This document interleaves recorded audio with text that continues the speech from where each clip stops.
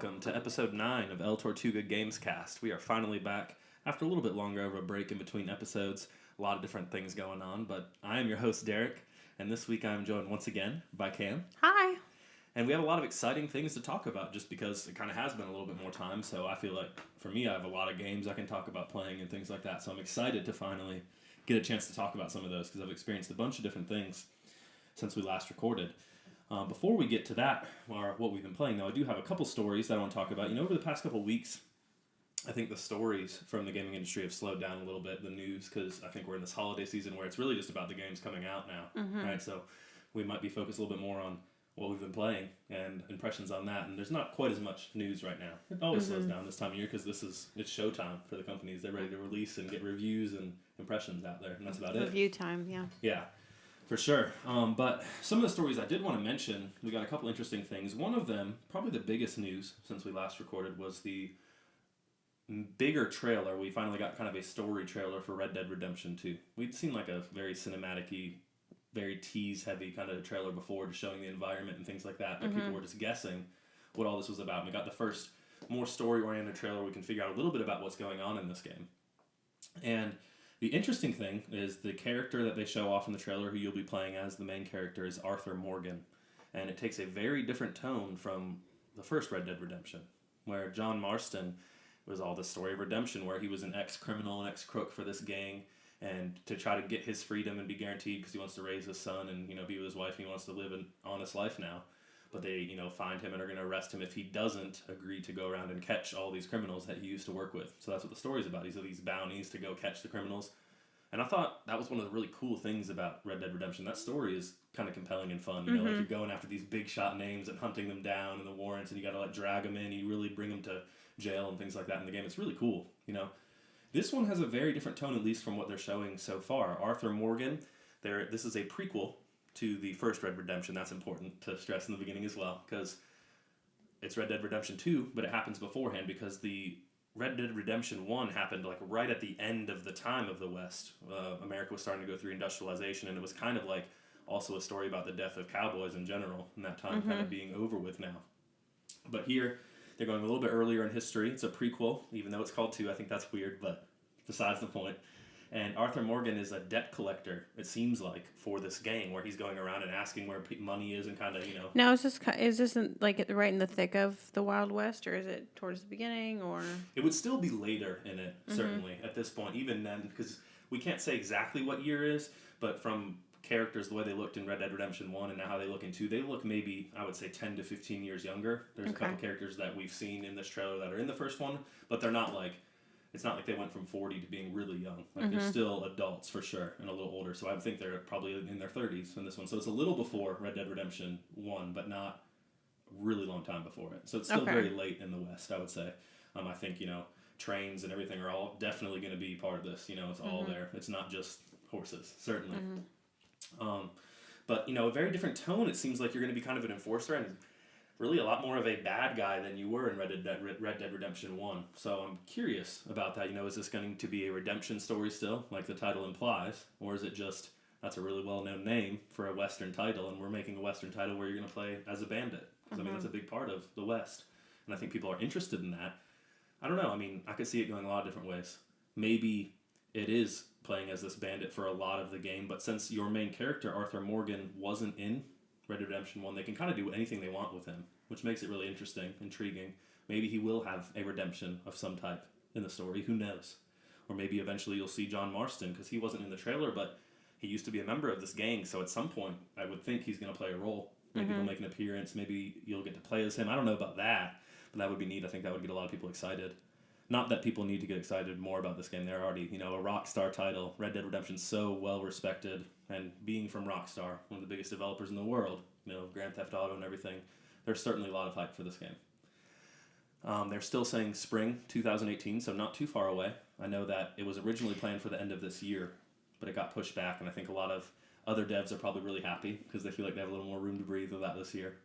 But it'll be huge in that first part of the year, and I'm sure once they put an actual date, a lot of other games might try to move away or avoid that month, because this is going to be the big game for sure. Do you think, back to the story, do you think that this could be a type of story where he's the bandit, but then as you play, you figure out that he's like trying to get redemption for a way that he was wronged. So he kind of seems like the bandit, but he's not really. He's just trying to get revenge. Do you think it could be something like that? Maybe, yeah, like a different kind of, like he's trying to get payback.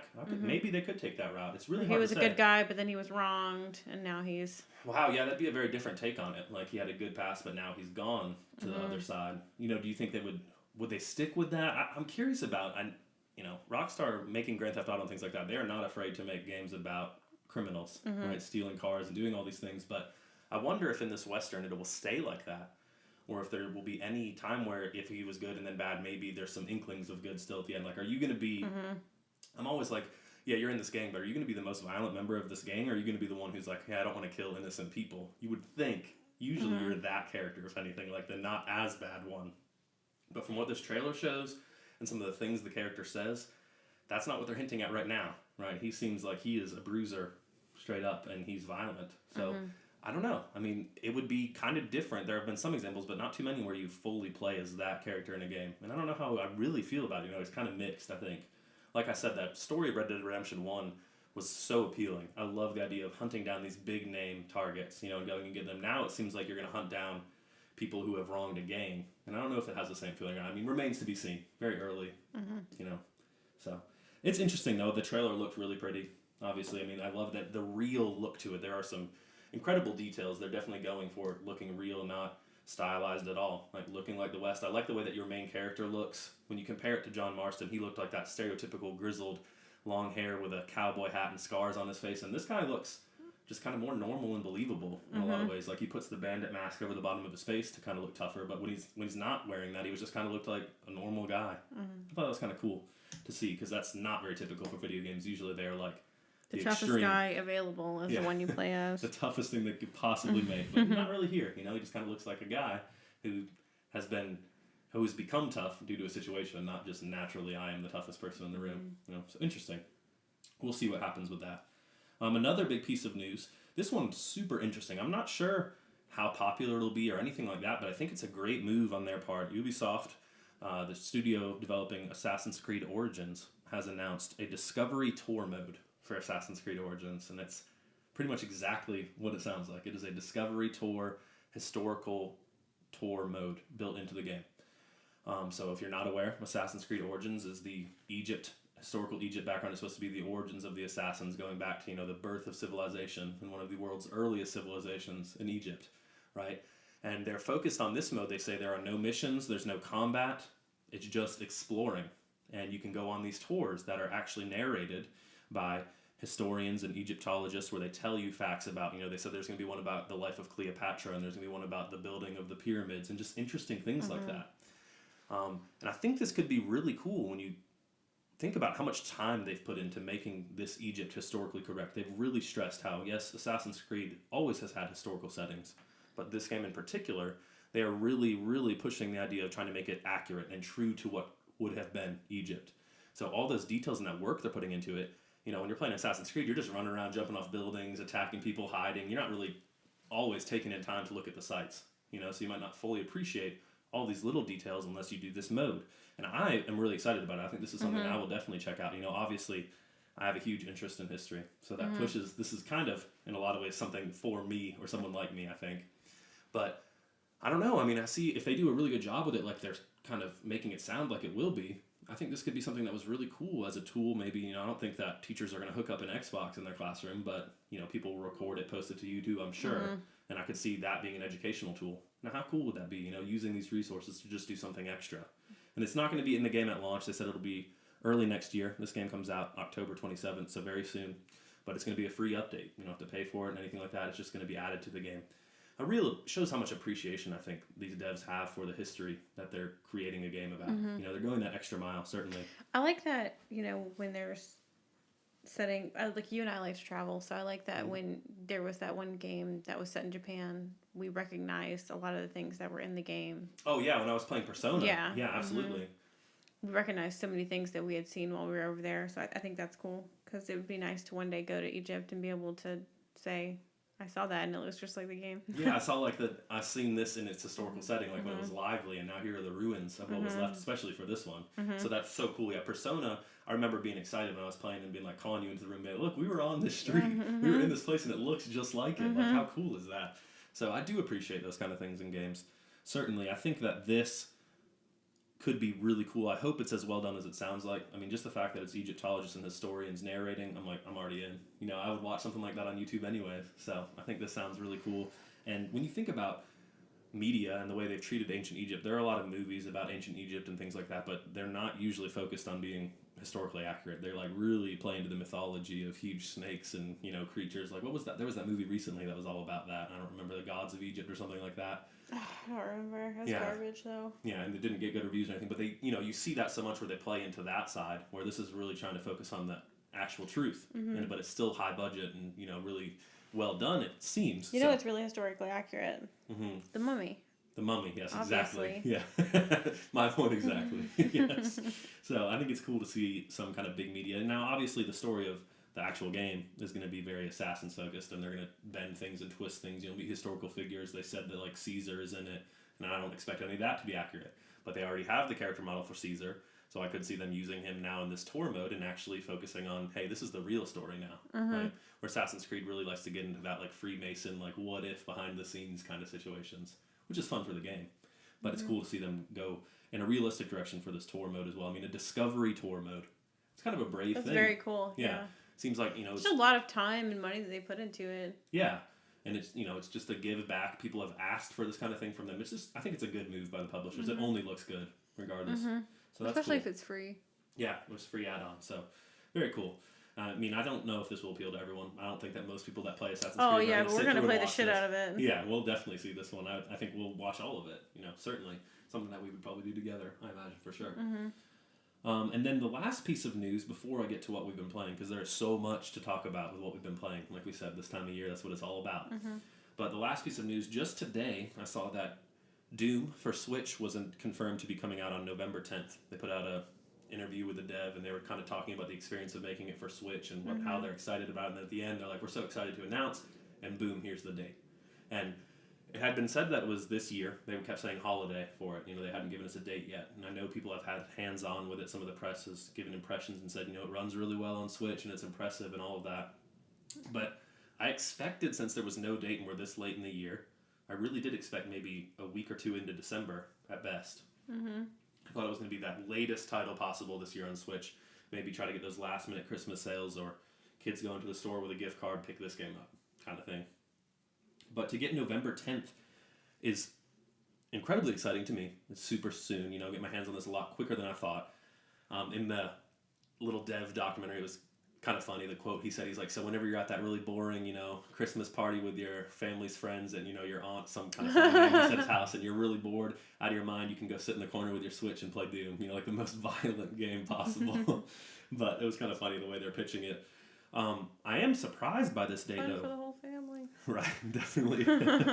I'm surprised by this date, though, November 10th, because this is a game from Bethesda, Doom, and they've been huge supporters, or they're going to be huge supporters of the Switch. They've announced some really big titles. Really, no other third party has stepped up the way Bethesda has for the Switch. But November 10th is 7 days before Skyrim, November 17th, which is also from Bethesda. A huge open-world RPG. Very different games. Doom, a first-person shooter, fast, high-octane kind of game. Skyrim, you know, your RPG, immense open world with so many possibilities and things you can do with your character, much slower paced in the big grand scheme of things. But still, to see them release two huge titles for the Switch a week away is interesting. Now, I don't know if they think maybe it's different audiences or if they just think, hey, getting in for the holidays is good regardless. I agree. I think it's just getting in for the holidays. People are going to buy both. Yeah, it's very possible. And, you know, there is the fact we'll that... buy both. Like we've talked... Yeah, definitely. But like we've talked about, Nintendo doesn't have the only month right now that they don't have a big first-party title is November. It's like they've left it open for third parties, and third parties are jumping in. We have Doom on the 10th, like I said, Skyrim on the 17th. In between those, from Rockstar, who we just talked about, is L.A. Noire on the 14th. Very excited about that. Yeah, absolutely. On the 7th of November is Sonic Forces, which, you know, is going to sell well on a Nintendo platform. It just relates too well with the audience, I think, to have that mascot kind of platformer. Remains to be seen how that one reviews. I think these other three... they all have come out before on other platforms. For L.A. Noire, Doom, and Skyrim, they're all really well received. So I think you have solid hitters there. And then Resident Evil Revelations, the double pack, 1 and 2, is coming out on the 28th of November. So that month alone, I mean, that's just a couple examples, but stacked really with third-party games. And then, but not long after that, the very beginning of December, is Xenoblade 2 from Nintendo. So they're giving them a little bit of time, but not too much. You know, Mario at the very end of October, and then Xenoblade at the beginning of December. But November is pretty much for them, for the third parties right now. So I think that's cool.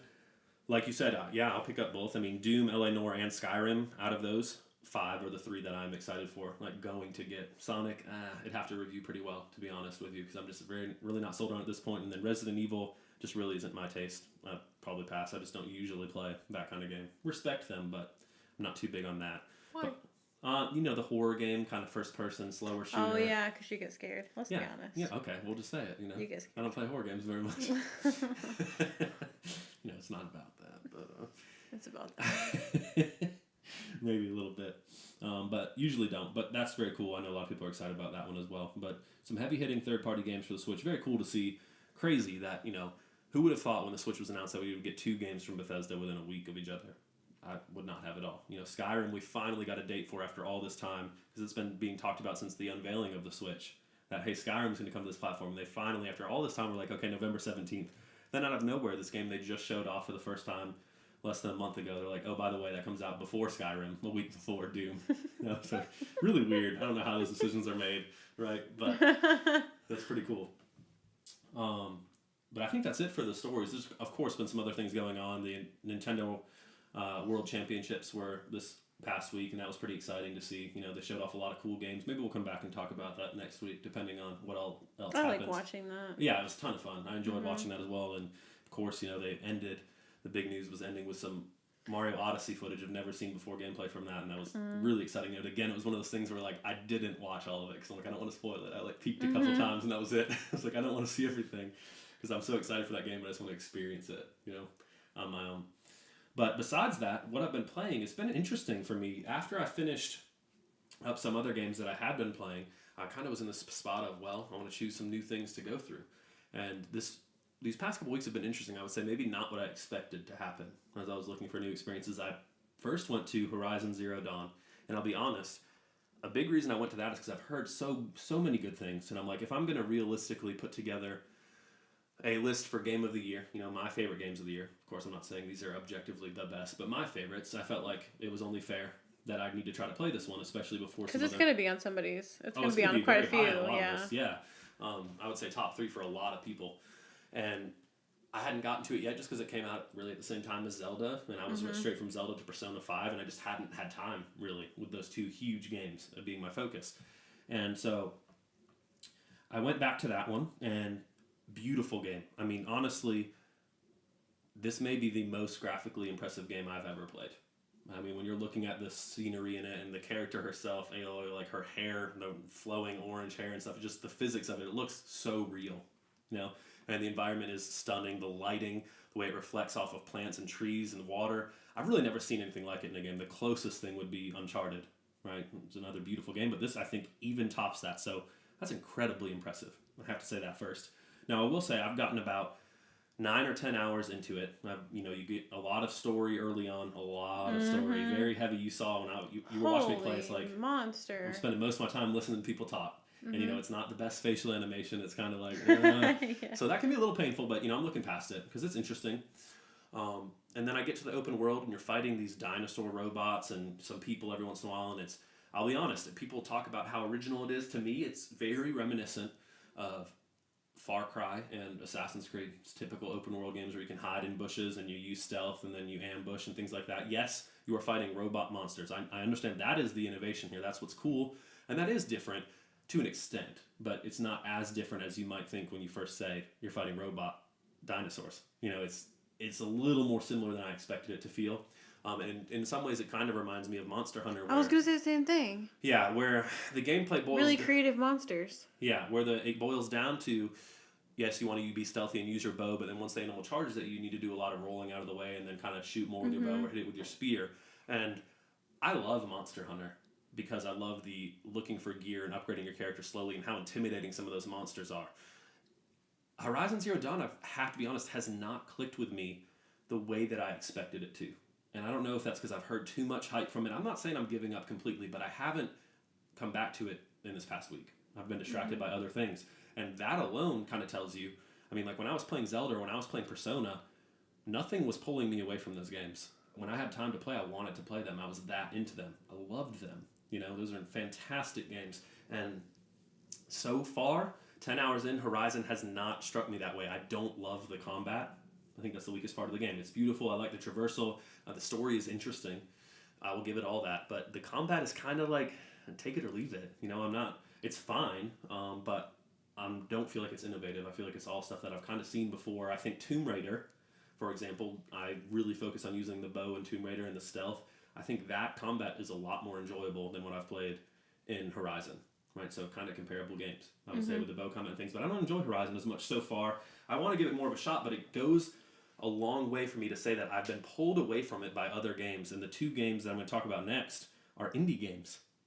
Indie games have been pulling me away from this huge, massive budget, you know, premier PS4 title, and I think that's interesting. You know, and I don't think that Horizon's not my taste. I like those kind of games a lot, but I was pulled away by two indie games. Now it's not to say that makes Horizon terrible. I think these indie games are fantastic, to be honest. We've seen some really strong indie games come out in the past few weeks for all kinds of platforms, whether it's SteamWorld Dig 2, which I haven't even really gotten to yet, and then the two that I did get to that pulled me away from Horizon are Cuphead, which I thought was fantastic, and Golf Story on Switch, what I also yeah, I like that loved. game a lot. Yeah, absolutely. So let's start with Cuphead. This one, I had a couple extra days off this past weekend, a long weekend, a 4-day weekend. And I spent those extra 2 days, a big portion of them playing Cuphead. And the game, I don't think it's terribly long. I don't have an exact clock. It's not as easy to tell on my Xbox, because finally I went back to my Xbox One. There was an exclusive for it that I was so excited for with Cuphead. You know, after all this time, it's this indie game that they've been showing off for years. Finally comes out. Done by a very small team, a family. There's a wife, a husband, and then his brother are pretty much the people who made this game by themselves. Incredible work that they pulled off here. It's all animated in your very old school animation, like think like original Disney Mickey Mouse, kind of hand drawn, that motion, the way it moves and things flow. It's all done like that, and they actually drew out every frame of every boss battle, and they're talking about how it's 1,200 frames of boss battle alone, and then they've put these all together, all the possible things that can happen. The game plays so smooth and looks beautiful. I've never seen something look like it. That vintage cartoon look is so awesome, and they fully embrace it.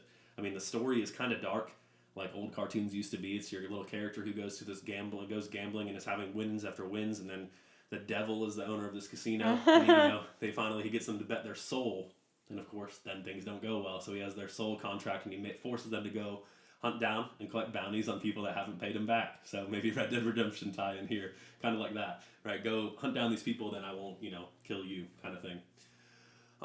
So most of the game is boss battles. There's a couple what they call run and gun platforming levels in it as well. I have to say, this is a punishing game. Don't let the animation style make you think, oh, this is kid friendly. No way. This is an incredibly punishing, difficult game. I've heard some people talk about how they just made it through World 2, which there are 4 main worlds, and they beat the final boss of World 2, and it was so hard, and it took them days, and they feel so good about it, and they should. It's a hard accomplishment. There's a dragon boss at the end of World 2. I don't want to spoil anything about it, but it is tough. But I have to say, it kind of made me laugh hearing them talk about it, because I'm like, you have no idea what kind of waits you by the end of World 3, and then especially the final world. So much more difficult. It makes that dragon look like a joke, But I beat this game completely in 2 days, probably, I think 10-ish hours into it, maybe. But just so much playing. I was addicted to it. And there were times where, especially like the final couple levels, I probably died 30 to 40 times each level before I could beat it. You're just punished. Maybe not quite that many. It starts to seem like a lot after a little while, but maybe not 40. Probably not, because that would have taken even longer. But the game is so beautifully animated, so much character in all of these bosses that you're fighting. Like there's a mermaid lady that's huge, and you're fighting her. In some levels you turn into a plane and you're fighting as a plane, so it's Cute. like your old school battle, and those are almost the hardest levels. But she was a mermaid, and then eventually she was like Medusa, and she's like turning you into stone, and you have to like mash your button real quick to try to become normal again, so you can actually move and dodge the bullets, because it covers the screen in bullets, and you like have to shrink yourself down and try to dodge everything at the same time. Just crazy. And you can only get hit 3 times and then you're done, where you have to hit the bosses, seriously, a couple hundred times to beat them, if not more. It's so many times. These battles are really grueling. If you're going to lose the first several times on most of these bosses until you learn their patterns and know how to dodge everything, because you just cannot afford to mess up. But there's so much character into these bosses that, I mean, really, I'm a week removed from beating this game. And I'm already like, there are certain bosses where I'm like, I want to go back and do that again. You know, like I don't think it'll be long before I end up playing this game again, just because it's that kind of enjoyable. You know, where it's just so much fun. Every level, there's not really anything I look back on like, oh, I don't want to do that again. There were a couple that I look back at like, that was really hard. That was frustratingly hard. But overall, I mean, it's that compelling. I think it's just so well done. Such a huge accomplishment for this small dev team to finally finish this game after years. I heard that within the first week they'd sold 1 million copies. Yay. Across Xbox and Steam. So PC, that's all it's on. It's exclusive to those two. It's not going to be on anything else. But great accomplishment for them. You know, it has to feel so good. I'm so happy that it's doing this well, and it's getting so much attention and love, and you see all this fan art and everything already for it. So it's doing so well, and it deserves it 100%. I mean, really, realistically, this is, yes, it's an indie small game that took me 10 hours to beat, but I know, I can tell you right now, when I end up doing a top 10 for this year, it's going to be there. It's that good. Absolutely. And then the other one that I mentioned is Golf Story. And I mean, again, I'm going to heap so much praise on this indie game. I love this game.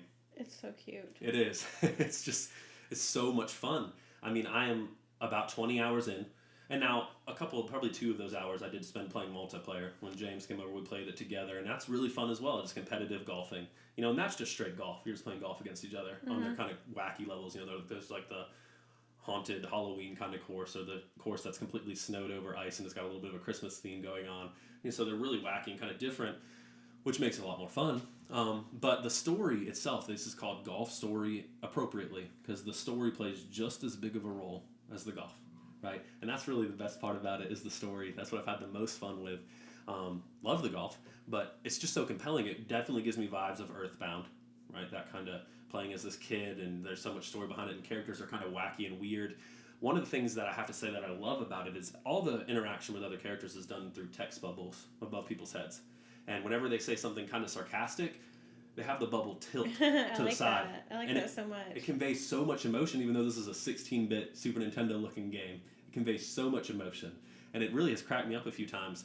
And your main character cracks me up too. I mean, he's like the funniest character in the game, even though he's the character you're playing as. They give him a voice, and some of the things he says, it's hilarious. I mean, the situations, I can think of a couple without spoiling too much. There's one line that he said a couple times that has gotten me every time, and it'll be someone will tell him something incredibly ridiculous, like this blacksmith is making you a set of clubs that have like this electricity power to them, right? And that's so you can do some special quests in the game, which I'm not going to get into. But he's like, we need to charge the clubs as I'm making them. So what I want you to do is take a lap around this lake. So he makes you actually run around this lake and hit all these spots. And when you come back, grab onto the end of the club, and then I'll hit it with my hammer. And your kinetic energy from running around will charge the club. And your character just slowly, not tilted, he's serious, like he believes it, says, makes sense. And like he says makes sense. There's a couple different times where ridiculous things get said to him, and he's just like, makes sense. Like, it's just so good every time. And there's also 2 different times in the game so far where you eventually have to play like doubles, like you and someone on your team against 2 other people, and you have to win to progress.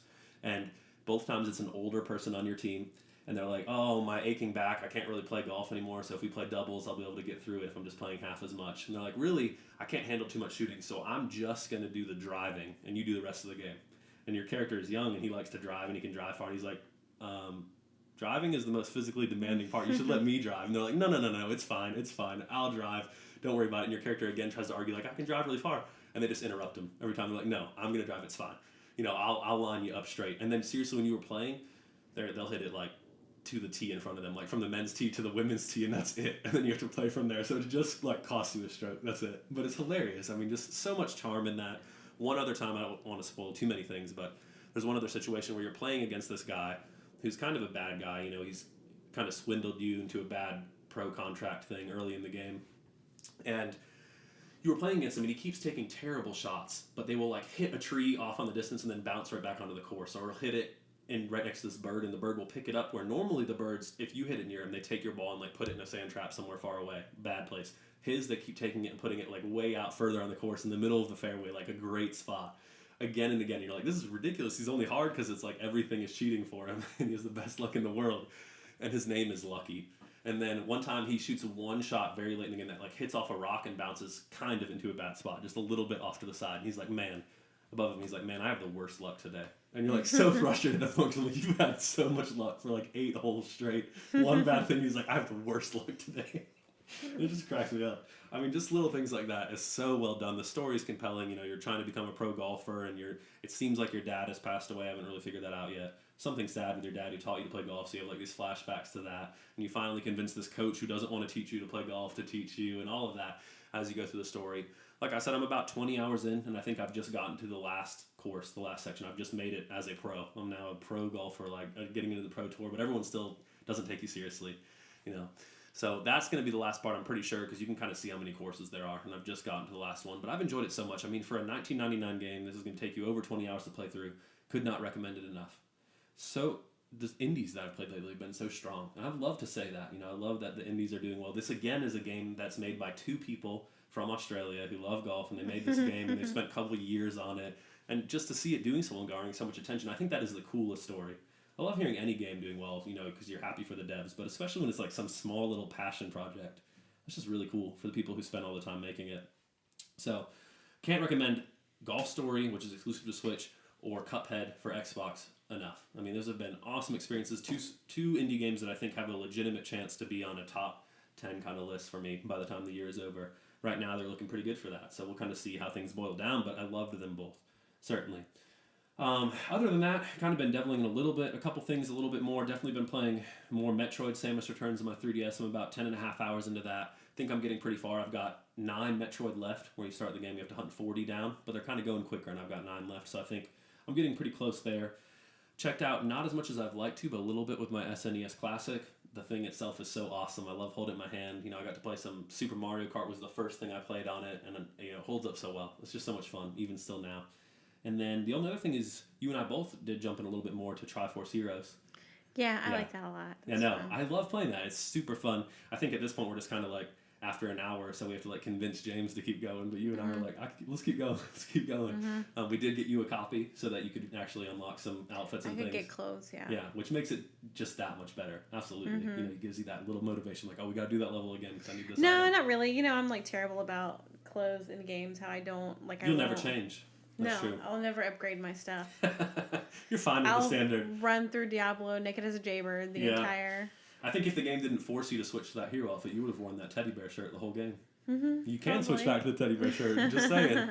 But you would have been fine. No, I'm already in the hero's tunic now. I'm not gonna. I mean, it's all about the effort to change. Not gonna happen. Well, for me, it's a huge motivation. I love that. I'm all excited. Like you take so long. We're ready to go, and you're out there picking out your outfit. Well, sorry, I've got a big wardrobe. You know, I've worked for it. I'm like, hey, is this a lava level? I need to put on my Goron suit so I can like swim around in the lava. You know, that's cool. I'm all about it. I love that. I mean, the game is all about fashion. You gotta return the fashion. So I'm buying in. You need to buy it. I'm not buying it. I'm still gonna save that duty princess. Yeah, you're gonna save that princess just in your hero's tunic. Yeah. It'll really show her. Oh, yeah. How much does fashion really matter? Where are your values at, girl? That's good. That's good. If you might be completely lost if you haven't seen the story of this game. But there's a princess who has her style stolen from her, and she's like in this black bodysuit. It's brown. It's brown duty brown. Yeah. Okay, yeah. And she's like super upset, and the whole premise is like you have to go defeat the villain so that you can like return She's style. She's like so embarrassed about the way she looks. She like can't even talk to you. Yeah. This whole kingdom is like a fashion kingdom. So yeah, they're like, you gotta return the fashion and style. You're like, this is the least serious Zelda plot. I don't understand. To me, it's like, why don't you just put a dress over your suit? They can't. It's been her style sense has been stolen. She has no. I know, but to me, it's like you can just put a dress over it. Someone could help her out. Throw a wig on. Yeah. Yeah, she's like bald too. That's so funny. Yeah. So I'm buying into the fashion. I'm trying to bring the fashion back. Okay. But I think that'll just about do it for this week. I know there's a lot we've been playing and exciting. A lot more releases coming up soon. Obviously, the big one 2 weeks away, less than 2 weeks. Mario Odyssey. I don't know the last time I've been this excited for a video game. I'm like legitimately every day like, oh, it's a day closer. And that excitement is great. A week before that, I have Fire Emblem Warriors, and I already know that game I'm going to be like hesitant to even start it because I'm like, in a week I'm going to be putting this game down. So I might wait till after Mario just so I can like give it its due, you know? And I'm excited for that game, but that's just how important Mario is right now. And then Assassin's Creed Origins the same day I'll be picking up and wait until I'm done with Mario, but can't wait for that one. Wolfenstein is that same day as well, but like I've said, I'm probably going to wait till next year so I can get the portable version on Switch. So just because there's too much to play right now anyways. I got Call of Duty right behind that, which as a history buff, I'm in for World War II. I've been kind of about Call of Duty the last couple of years, but now it's going back to World War II. I'm ready to go. Absolutely with that as well. So a lot of exciting stuff coming up the rest of the year. So many good things to play regardless of your platform right now. So definitely some stuff to be checking out. We thank you again for joining us, and we will be back again next week. Bye.